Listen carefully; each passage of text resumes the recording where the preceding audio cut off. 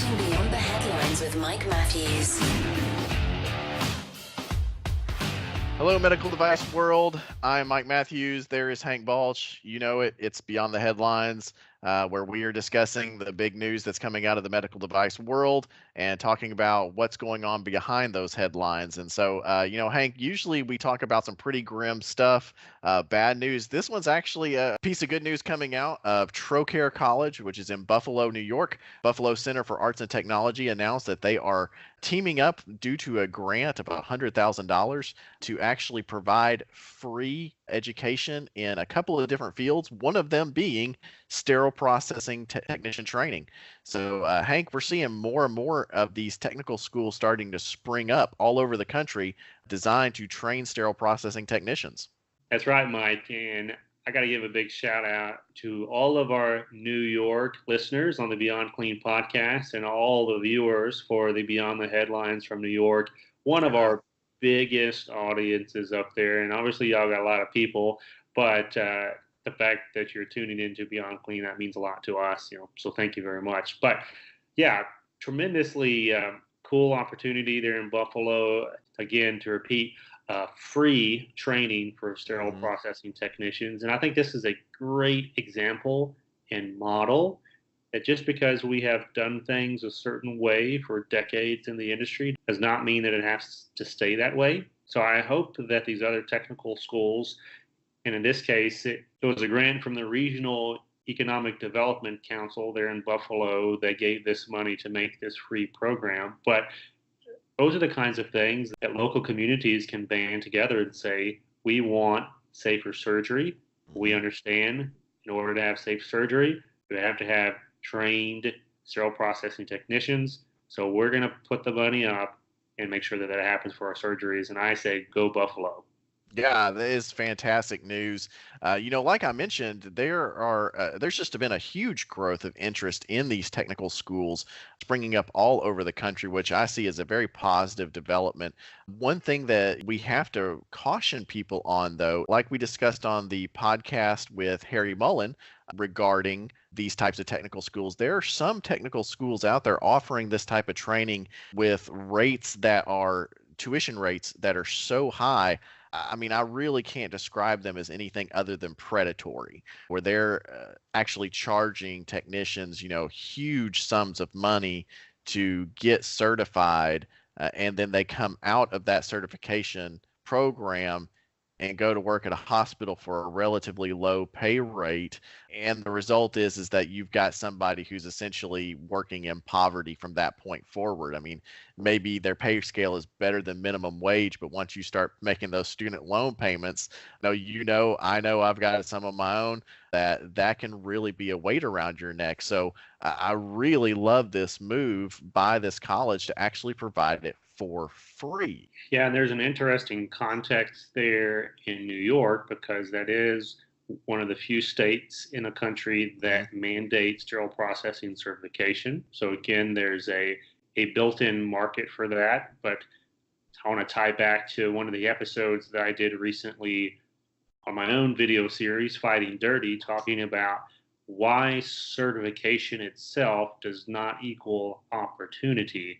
And you kind of hit on it there is if these schools that are charging ungodly amounts of money to essentially get a certification at the end of the program, and the question is, what is that actually worth? Mm-hmm. What is the lifetime earning that's built into that certification? And the reality is, it's not worth a lot. Now, if you're in a state that mandates it, then you want to go into sterile processing, well, that's your only option. You don't have to go to a school that charges a lot of money for tuition, but you do need to get into some program to get yourself certified to get into these departments. I understand that. But I really encourage folks, again, just like I did in my video, don't view certification or even college, if it's a college course for sterile processing, don't view that as the golden ticket. That as soon as you graduate or get certified, that folks are going to be beating down your door to throw money at you and give you a promotion, because that's just not going to happen. And it can be very, very frustrating and disappointing, like you said, Mike, if you walk around every day in a entry level, minimum wage, or a little bit above job in sterile processing, and then go home and have to pay down this mountain of debt. Yeah, and that's something that can really just hang around your neck and really just drag the life out of you. Now, I mean, another big winner out of this, we've talked about sterile processing, but also, those local hospitals. One area of cost that is very often neglected is the cost of training a new sterile processing technician. And that cost is more than most of the time borne by the actual department itself, because you have this, somebody come in who has no experience in sterile processing. You have to take time to train them and get them competent in order to let them loose and let them be an actual sterile processing technician, but that takes time. Well, during that whole time, they aren't producing very much, and the person that's training them is probably not producing very much because they're doing two jobs. So that lack of productivity really drives up the total cost that is borne by the hospitals. Now, that's not to say that these students, when they get into the hospital, require zero training. There still is some, I'm sure, but obviously it's not going to be nearly as intensive as trying to train somebody up from the ground up. Now, I know that I believe it was Nancy Chobin, who's been a guest on the show a couple of times, had an article in AORN a couple of years ago now that discussed the cost of training a sterile processing technician. And she had found that, according to her numbers, the total cost was somewhere in the neighborhood of about $43,000.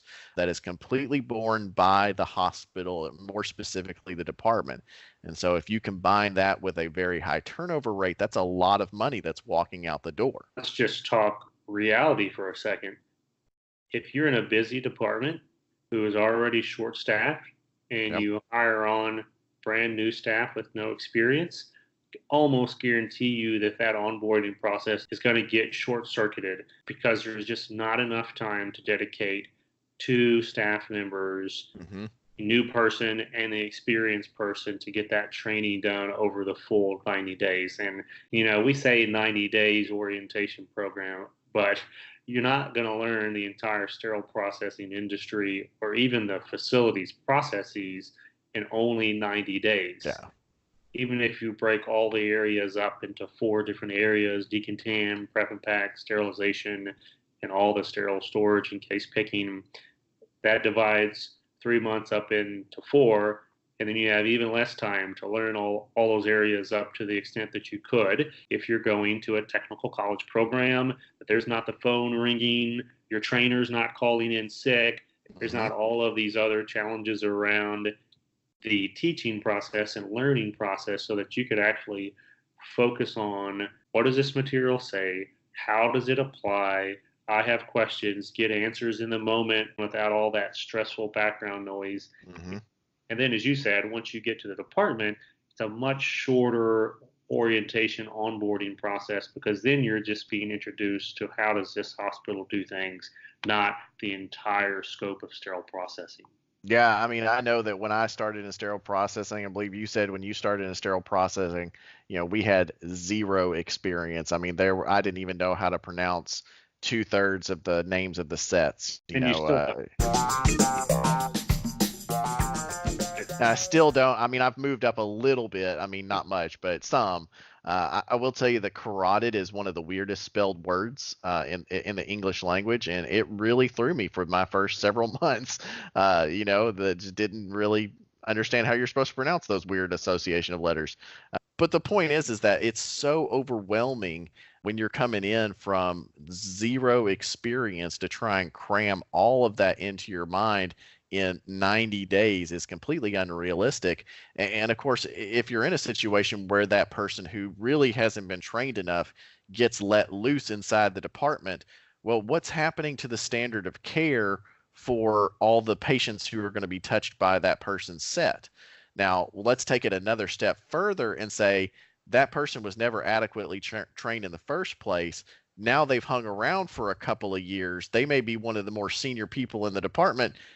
When new people come in, guess who gets to train them? Yeah, and you're touching on a great point there, Mike, is just because someone has a lot of experience does not mean that they can teach. Yep. And And the great thing about these technical colleges, hopefully, if someone is put in the role of instructor, at the very least, we know that they can teach. They enjoy teaching, they have the bandwidth to teach, and that's their passion in addition to sterile processing. So, yeah, there's a lot of opportunity here to get a great education outside of the hospital setting in the technical colleges if you can find opportunities that are affordable. And here's the other thing that I want to say about this. A couple of weeks ago, we added Dr. Peter Nickel onto the Beyond Clean team as our chief medical officer.